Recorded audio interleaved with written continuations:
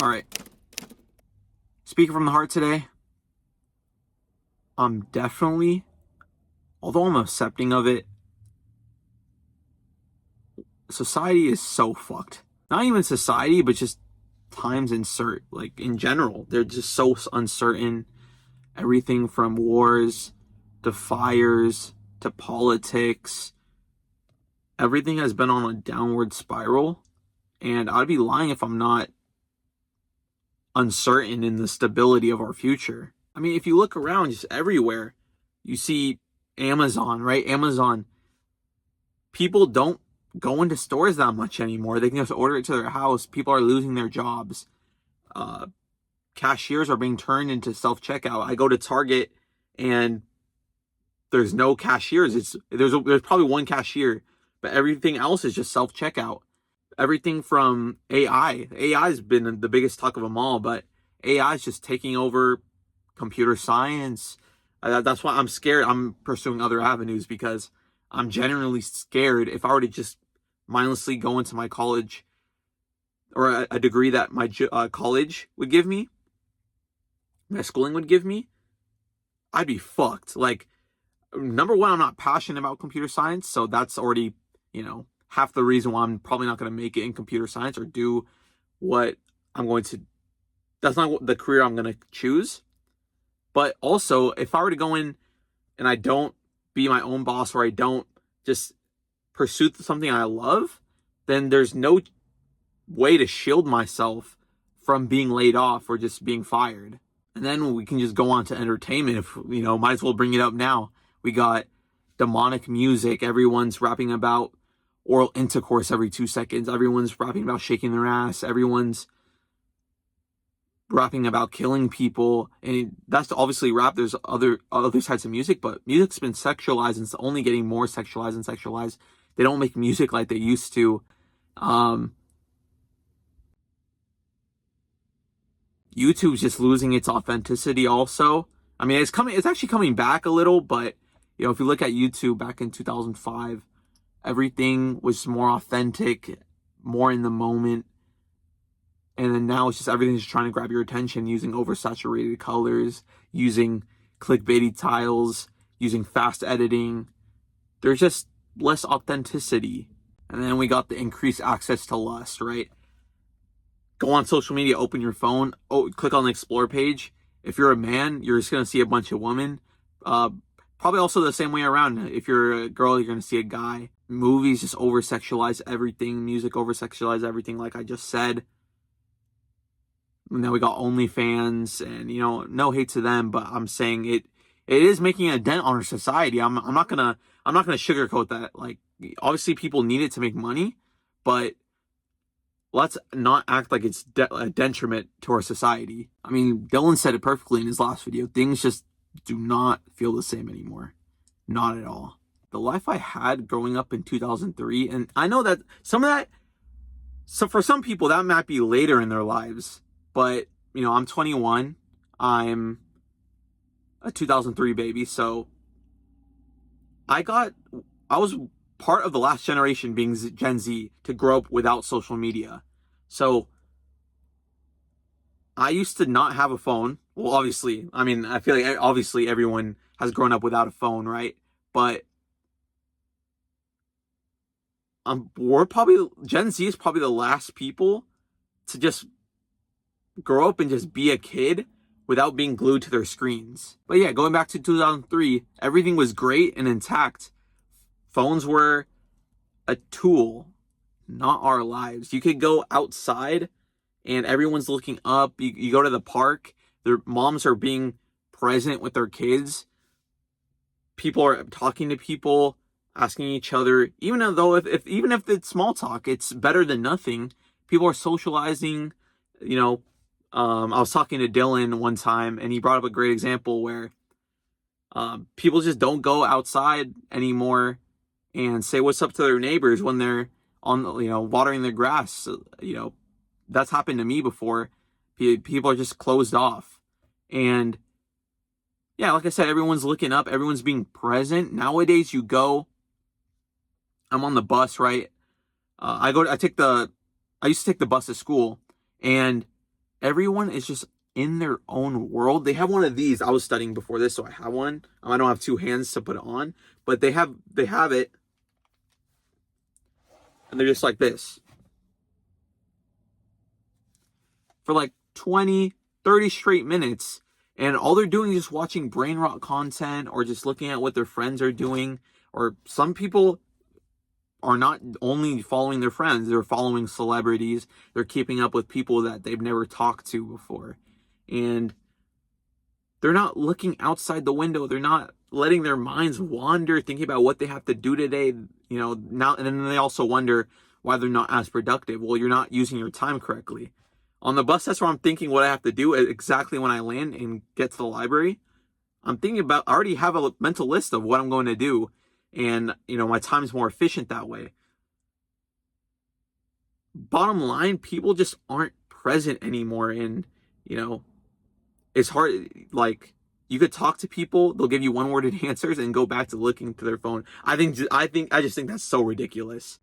And then common sense. Common sense is a big one, right?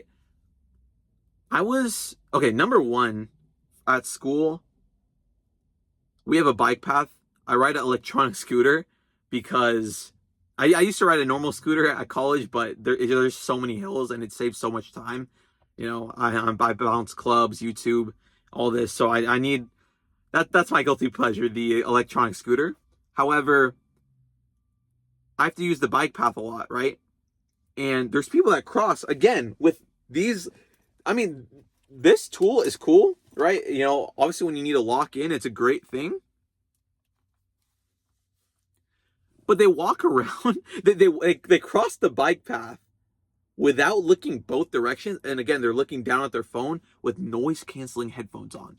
Like, dude, if you do that in London or like, I guess in any like not so safe place, you are fucked, literally. Like, you are gone, bro. I'm almost crashed into people, and I don't say sorry because like you did that to yourself. And another example, I work at a restaurant and we make smoothies. And a middle-aged individual came into work and he wanted a smoothie. He wanted a strawberry banana smoothie. However, he asked, "Can I get extra ice, but I don't want it as cold?" Do you think I'm Jesus Christ? I can't make that happen. So I told my response was, we would have to use more strawberry and more banana to make that less cold. And that's using more products. So it would be 50 cents. And 50 cents is kind of reasonable. In today's economy, at least in California, 50 cents is like reasonable for an add-on. People be charging $1 for a side of ranch or something, but 50 cents is like on the nicer side. But they said the middle-aged individual was like, "Oh no, thank you, but just try your best." I was like, okay, but I gave it to them extra cold. What am I supposed to do? Like, you add more ice, the more cold stuff you add, the more colder the drink gets. So, I mean, I don't know if he was pleased or not. He walked out of the store, but things like that, no one thinks anymore. They're asking for extra stuff, right? It's a business. Why am I giving you things for free for no price? I'm not the boss. I can't make that executive decision on whether to give you a discount or not, right? Why am I giving you free stuff if I'm here working? Like, am I here just to give you free stuff? No, this is a business. We make money to pay our workers and to make a better life for ourselves. And we're providing you a service, and we need to charge you for that service. I think that's simple business, but apparently not. Customers feel entitled all the time. Obviously there's that saying that the customer is always right, and people abuse it. But man, going back to 2003, Chuck E. Cheese's was still the shit. Right now it's kind of dead. It's not as popular anymore.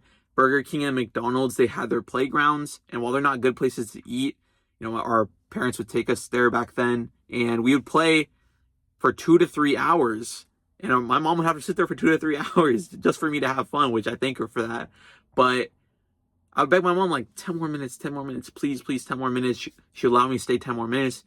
Nowadays, the same situation is happening, but for YouTube Shorts. Kids ask their parents whether they can have 10 more minutes of YouTube Shorts, and some parents allow it because if they don't say yes, then their kid's just going to go ballistic, and they don't assess that sense of authority on their children. Kids rode around on bikes and scooters, the manual ones, not the electronic ones. I have to drive by my school my middle school every day to go to college, and I see these 12-year-olds riding e-bikes. First of all, why are you 12? Okay, hold on. Scratch that. Number one, how are you a parent and you buy that for your 12-year-old kid? That's just crazy. Number two, these vehicles, I'm calling them vehicles because they're basically vehicles. They go faster than a golf cart at 28 miles per hour. Why are you 12? Why are you a parent allowing your 12-year-old kid to operate practically a vehicle that goes faster than a golf cart just to get to school, which I don't know how far they live, but that's still crazy. You either walk to school, at least, I mean, it'd be crazy to say in my day, but I'm 21. I guess 21 years ago, that's in my day, I guess. But in my day, yeah, people would walk to school. Wow, walk to school. Then, or they would take the bus to school, right? They don't have a $700 like e-bikes. I don't know how expensive they are, but if an electronic scooter is $700, was it because I own one? An e-bike has to be way more expensive. They're operating that expensive of a vehicle just to go to school. That's just crazy. In addition to walking to school, if I wanted to play with my friend or hang out with him, in fourth grade, third grade, I would have to get on my manual scooter and go uphill for a mile or two. And I would have to knock on I didn't have a phone, right? So I would knock on their door, and if they're not home, I had to take the loss and just go back. But if they were home, I had to negotiate with my friend's mom, making business deals, asking whether she would let her son hang out with me for a couple hours. Nowadays, you can just FaceTime them. Parents be giving their kids phones at even younger ages nowadays. And you can just FaceTime them or call them, ask them whether they're available. And then if they're not, you save that trouble. And, that also just leads to them just practically FaceTiming people without actually hanging out with them in person for long periods of time. Yeah, I think that's so crazy. What I'm about to bring up is you can stay in tune with what someone's doing without having to talk to them as much. So let's say I had a crush on somebody. I had like in kindergarten, I had a crush on someone. I mean, obviously I've had crushes since then, but I just want to bring up this example. I had to go up and talk to her to find out what her interests are, right? What does she like to do on the weekend? Or what sports she plays? Or what she likes reading. Nowadays, you can just stalk someone's Instagram account, look at their highlights, look at their stories, find out the memes that they're posting, and you find out what their humor is like and find out what they like to do and how they spend their time without having to interact with them. You can keep up with people that you haven't seen in years and know what their life's going like without having to talk to them. That's just, I don't know, man. There's pros and cons with that, but I feel like there's more cons because you just don't have to socialize as much and you can just stay to yourself. You get the same level, you get to know the same amount of them, or same amount of knowledge about them without having to interact with them. I swear during COVID, I forgot how to communicate with people because I was so used to FaceTime. I just FaceTime people every day. People in my school, I got to know what they were up to through social media without having to speak to them a day in about 8 months. Think about how crazy that is. Man, Gen Z. We've been through a lot. We were obviously we haven't been through too much real life struggles like obviously our ancestors had to go through. However, with social media, at least we were guinea pigs. We were the first generation to grow up with social media, right? To grow up with social media, but we still had normal childhoods. So we didn't know what the effects of social media were. And I argue that also Gen A doesn't know the effects of social media It will be up to us, which that's what I was going to get into. Growing up, our parents got to see the internet and, to see the formation of internet. And it was, obviously it wasn't trying to grab your attention, sell you things 24/7. But also, yes, Facebook was in more of its early stages. And as we grew older, Instagram came out. We didn't know what it did to us. We didn't know the effects. Our parents didn't know the effects. So you can't blame them. They couldn't control it. However, it really fucked us up as a generation. Our parents didn't know. We didn't know. So it kind of just got normalized. And I'm happy to see that most of us know the negative effects now. If you were to have a poll and ask whether social media is bad for you, I feel like people in the back of their head know that social media is bad for them. So that poll might turn out to be mostly yes. Like, for example, if you were to have a kid, would you allow them to be on social media at a young age? My guess is no. You would say no. You wouldn't. A lot of people say, I'm not going to give my kid an iPad for a reason, because we know what it could do to them. I would say even if you're glued to your phone, you're addicted, you know that it's bad for you, but it's just hard to get off of it. But that's why you would answer yes in that poll. In my opinion, social media should only be used for business and work and growing yourself as a brand. But that line between what's a brand and what's not a brand is slowly evaporating, because you can be a model, or just even you could be a normal teenager and put hashtag explore page and gain millions, not millions, but thousands of followers. And now it's technically, you're technically kind of running a brand, and you have to, keep growing your following. But some people just don't use their following for something good. They just use it for validation. If the person is worth keeping up with, then you don't need their social media. You would need their phone number. If you don't have their phone number and you don't think it's worth having their phone number, you shouldn't have them on social media. Okay, I want to address this directly to Gen Z. We're going through a lot as a world. Some of us have already became parents, but we're going to be the next set of parents. We've been through a lot, meaning social media and also the world going in a shitty direction. And there's just so much things that are just going downhill. However, we can control that. With social media, we know that it's a bad thing. We know that it can have negative effects on the way you think, your common sense. We know that's just a total, sometimes a waste of time if it's not for business. We can control what our kids indulge in and how they view the world and how they view the failing things around us. We know what giving an iPad to a kid can do. We know what spoiling a kid can do. We know how social media works. We know how fake online love can be. We know how music's on a demonic downward trend where everybody's just rapping about shaking ass or oral intercourse every 2 seconds. We know that content, music, and just online video content, how it's poisoning the minds of younger individuals. And we know generally what to avoid deep down. It's up to us, Gen Z, to shield Gen Beta. Wow, that's not a good name. Or Gen, what's C? Gen Chi, I guess. Whatever Gen C will be. It's up to us to shield them from things that we know that they should avoid. It's up to us to refuel the level of curiosity, innovation. It's up to us to refuel what has been stolen from us.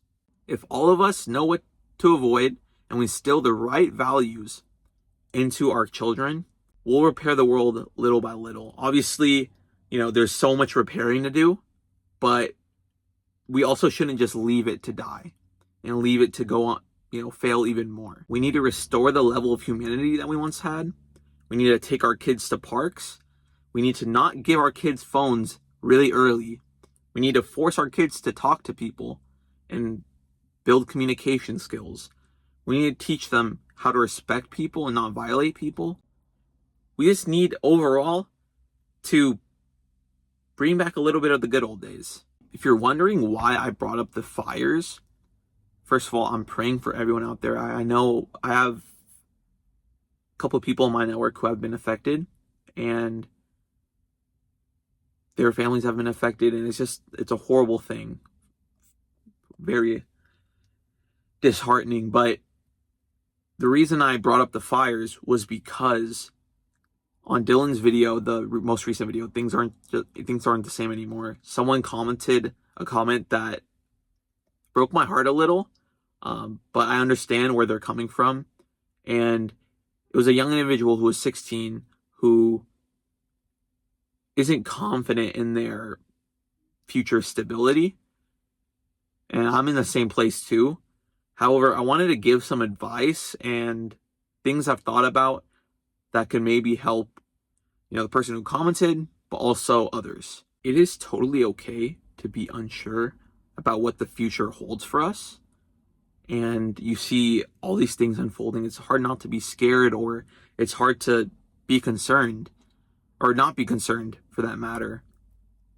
However, if you spend too much time dwelling on what could happen, you lose focus and you lose attention to what's happening in the present moment. And you run the risk of you wasting all this time dwelling on everything when there's a chance that things will turn out good. Things will improve. Things will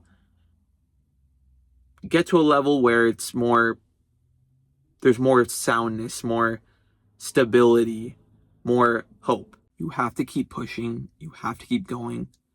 And while we might not know what will happen in the future, it's kind of also liberating in a sense, at least in my eyes, because it kind of pushes us to live life to the fullest. We don't know what the next day holds. We don't know what tomorrow holds. I might drive off from this parking lot and get killed in a car accident. Who knows? But that's why you have to spend every moment in the present tense and live like there's no tomorrow. Why would you want to waste it on things that don't matter? Because if we have limited time left, we don't want to go out not having experienced the things or trying the things that we've always wanted to do. Live every day like it's your last and enjoy the gift of life. Be the change that you seek, and call a friend, help others. Be the person that you'd want to see in your ideal world. Connect with a stranger, spend quality time with your family, be unplugged. Like I said, be the person that you would want to see in your ideal world. And it might not change the world at all in your eyes, but it's changing your world, and that's a start. That's all I had for you guys today, so I'll see you in the next one.